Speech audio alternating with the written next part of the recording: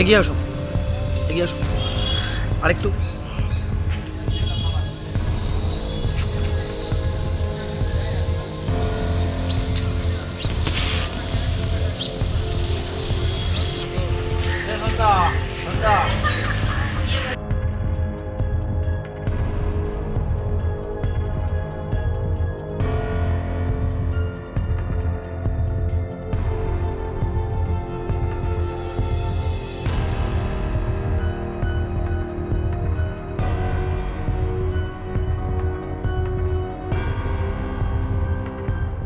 ভর্তি ছিল 20 তারিখে 1:30টার দিকে ভর্তি করেছি, নিজের আত্মীয় ছিল ভর্তি করেছি ওখানে হসপিটাল, চাঁচল হসপিটালে। করার পরে রাত্রে 10:30টার দিকে আমি নিচে ছিলাম, তখন দেখছি মানে মহিলারা যায় বাথরুমে, যেগুলো ফেলানো আছে, নোংরা ফেলানো আছে, ভিতরে আরও আছে। তো ছেলেটা ওখানে ভিতরে গিয়ে মানে মোবাইল দিয়ে ভিডিও করে, হাসপাতালের বাথরুমে? হ্যাঁ, হাসপাতালের বাথরুমে ওখানে ভিডিও করে। তারপরে আমার আত্মীয় যায়, যাওয়ার পরে ছেলেটার মোবাইল দেখতে পায়, বের হলো ওখান থেকে চিৎকার করার পরে আমাকে ফোন করেছে। যাওয়ার পরে তারপরে সিসিটিভি চেক করতে যাচ্ছি, আমাদেরকে দেখাচ্ছে না। তো ছেলেটিকে চেনা গেছে? কোথায় বাড়ি, কি নাম? চেনা যাচ্ছে না, এখন পর্যন্ত আমাদেরকে ছবি দেখায়নি। ওই ছেলেটি কি হাসপাতালের ভিতরের বাথরুমে ঢুকে তারা ছবি করছিল? হ্যাঁ। সেখানে আপনার আত্মীয় কি দেখতে পায়? আমার আত্মীয় হ্যাঁ দেখতে পায়, থেকে ও ছেলেটা আড়ালে একদম ভিডিওটা করার পরে আমার আত্মীয় যখন যায় তখন ও লাইটটা দেখতে পায়, লাইটটা ফোকাস মেরেছে, মারার পরে তারপরে ও জানতে পায় এটা দেখে। আচ্ছা, কেন এই ধরনের ঘটনা ঘটছে? আপনি তো একজন রোগীর পরিবার, হাসপাতালে নিরাপত্তা কোথায়? এই ধরনের রোগীর পরিবারের সাথে যদি এই ধরনের ঘটনা ঘটে, ওটাই তো করার জন্য বলছি সুবিধা। মানে আপনি কি অভিযোগ করেছেন? হ্যাঁ করেছি, থানায় অভিযোগ করেছেন। পুলিশ কি বললো? পুলিশ বলেছে এখন আমরা তদন্ত করে দেখছি। তো এই ধরনের ঘটনা ঘটছে, কি দেখছেন, কি বলবেন? নিরাপত্তা কোথায় হাসপাতালে? আমি বলতে চাই হসপিটালের সিকিউরিটিরা বা সিসিটিভি স্টাফরা আছে, ভালো করে তদন্ত করে ভালো করে হসপিটালে খেয়াল রাখে। ভারতীয় জনতা পার্টির লোকেরা হয়তো জানে না যে ইউপিতে কী ধরনের ঘটনা ঘটছে, রাজস্থানে কী ধরনের ঘটনা ঘটছে, কিংবা গুজরাটে কী ধরনের ঘটনা তারা জানে না। তাই ওরা সন্দেশখালী থেকে মালদার স্লোগান তুলছে। আমি মাননীয় যে বিজেপি পার্টির যারা নেতৃবৃন্দ আছে তাদের অনুরোধ করব, আপনারা সারা ভারতবর্ষের স্ট্যাটিস্টিক দেখুন। ক্রাইম রিপোর্ট বলে একটা রিপোর্ট বেরোয়, সেই রিপোর্টটাও আপনারা দেখুন। পাবলিকের পুলিশের উপর যথেষ্ট আস্থা আছে। এই ধরনের রাতের অন্ধকারে যদি কোনো ছেলে অপকর্ম করে, তার দায়িত্বটাতে আমাদের দলের বা আমাদের রাজ্যের প্রশাসনে আসতে পারে না। ধরা হয়েছে, অ্যাকশন না হচ্ছে, তার জন্য যা যা ব্যবস্থা না পুলিশ করছে প্রত্যেকটা জায়গায়।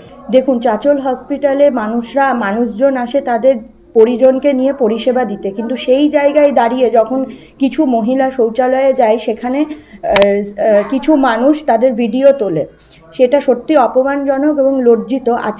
আজকে এই জায়গায় দাঁড়িয়ে আমরা দেখছি দিনের পর দিন এক এক ঘটনা মহিলাদের বিরুদ্ধে চলছে, যেটা কিনা সন্দেশখালীতে ঘটলো। এর আগেও আমরা দেখেছি যে বামনগোলায়, তারপর মেঘালয়ে এক একটা ঘটনা কিন্তু মানুষের মনে এটা সাড়া ফেলেছে।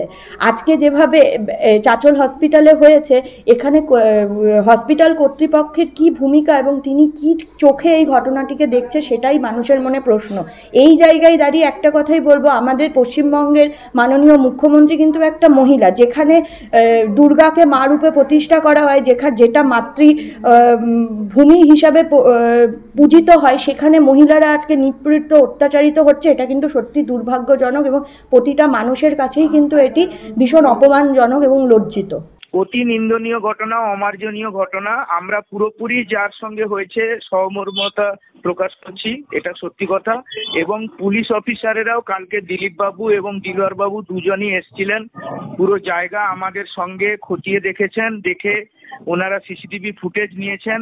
ওই মহিলা যে কালো হুডি পরা ছেলেটাকে শনাক্ত করেছে এবং দিলওয়ার বাবুও বিভিন্ন গ্রুপে, আমরাও বিভিন্ন গ্রুপে শেয়ার করেছি কোনোভাবে যাতে ছেলেটাকে আইডেন্টিফাই করা যায়।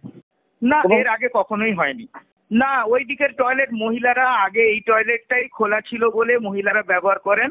আপনারা এখন গিয়ে দেখতেও পারেন, সেকেন্ড ফ্লোরে মহিলাদের দিকে টয়লেট খোলা আছে, কিন্তু ওই টয়লেটটা ওরা ব্যবহার কম করে, মাঝেরটাই বেশি ব্যবহার করে। গিয়ে দেখতে পারেন, আমি তো আপনি নিজে গিয়েই তো দেখতে পারেন, অসুবিধা নেই। তো ওই মাঝেরটা যেহেতু বড়, ওই টয়লেটটাই বেশিরভাগ লোক ব্যবহার করেন।